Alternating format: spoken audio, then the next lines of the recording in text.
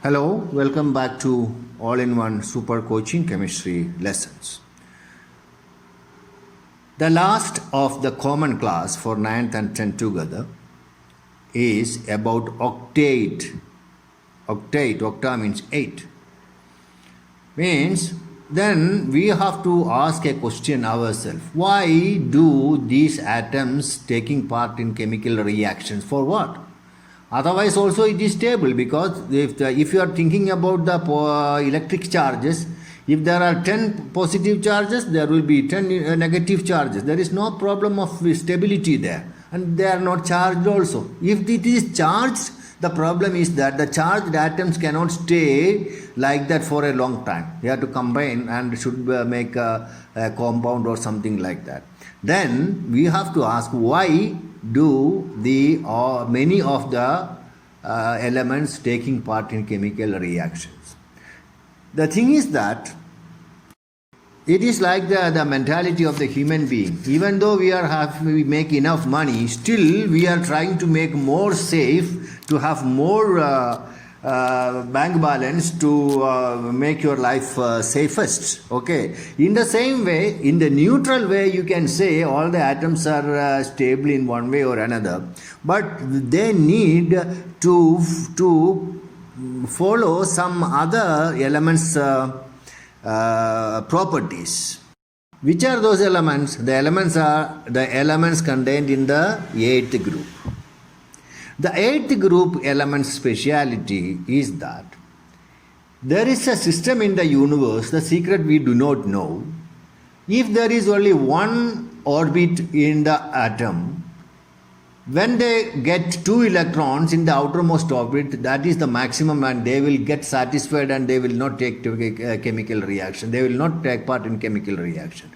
If after first orbit, the second or third or fourth or whatever it may be, if they have the last orbit 8 electrons, they also will keep quiet and they feel satisfied and they do not take in chemical reaction. So the 8th group element speciality is that helium have 2 electrons, that is also a satisfied condition. All other down are having 8 electrons in the outermost orbit, which is called octet, which is a satisfied condition. And because of the stable and more satisfied condition, they need not go into chemical reaction with anybody else to do that. Therefore, the other people are trying to be like them. Okay, then let us consider one by one generally. First of all, let us take the example of hydrogen. What does the hydrogen is liking for or longing for? The hydrogen is wishing to become like a helium. So hydrogen has already 1 electron in the orbit, only 1 orbit. It wants to get 1 more electron. For that, it will take chemical reaction, and see it is needing only 1 electron. That is, therefore, in compounds, its ratio will be 1. That is, the valency is 1. So lithium, sodium, potassium, we take 3. You know, all these 3 are having 1 electron in the outermost orbit. You know that if they want to become octet, they want to get 7 more electrons. That is impossible. So what do they think? They are thinking to throw away the last 1 electron. You know why? If that last electron is gone, when you see the atomic structure, you can see that when the last electron is gone, the second last, we all are having 8 electrons, the octet structure. They will try for that. But they will try, but still they will be in trouble. That we will know later. So there also, they are losing 1 electron. Their valency or ratio will be 2. In the same way, group number 2, beryllium, magnesium and calcium, they have 2 electrons, and these 2 electrons they will lose. Then the balance will be outside will be 8. Then their ratio will be 2.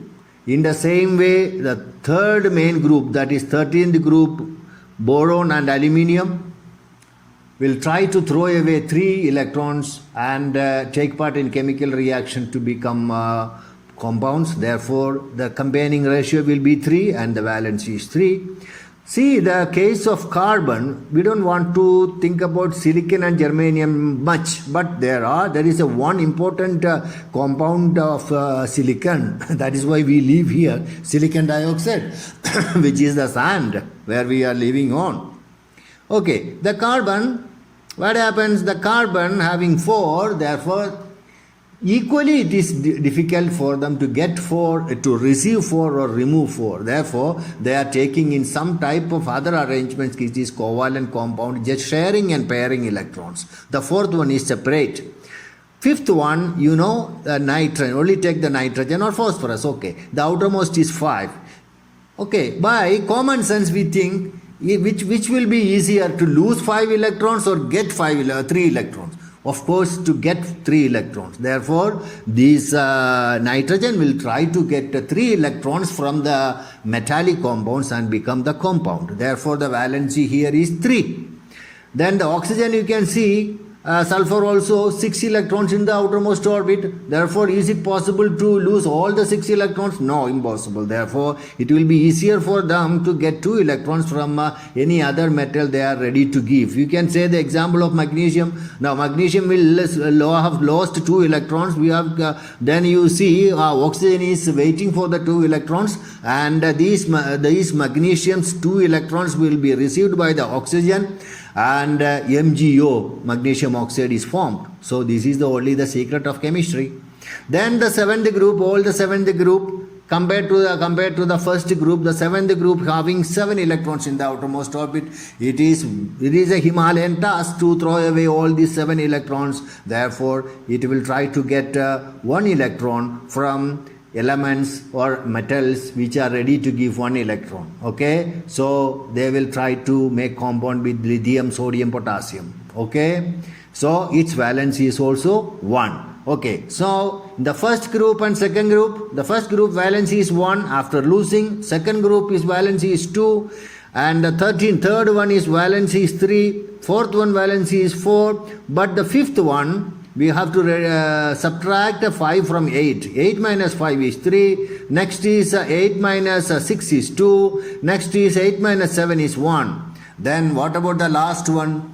They have already the octet structure, that is 2 or 8. Therefore, they do not want to mix with any normal element. That is why they are called noble gases. Okay, it's only this. Study this one very, very, very well. This is the heart of chemistry. Okay, after that we can go to the formulae writing. Then after that we can bifurcate 9 separate and 10 separate. Thank you for listening.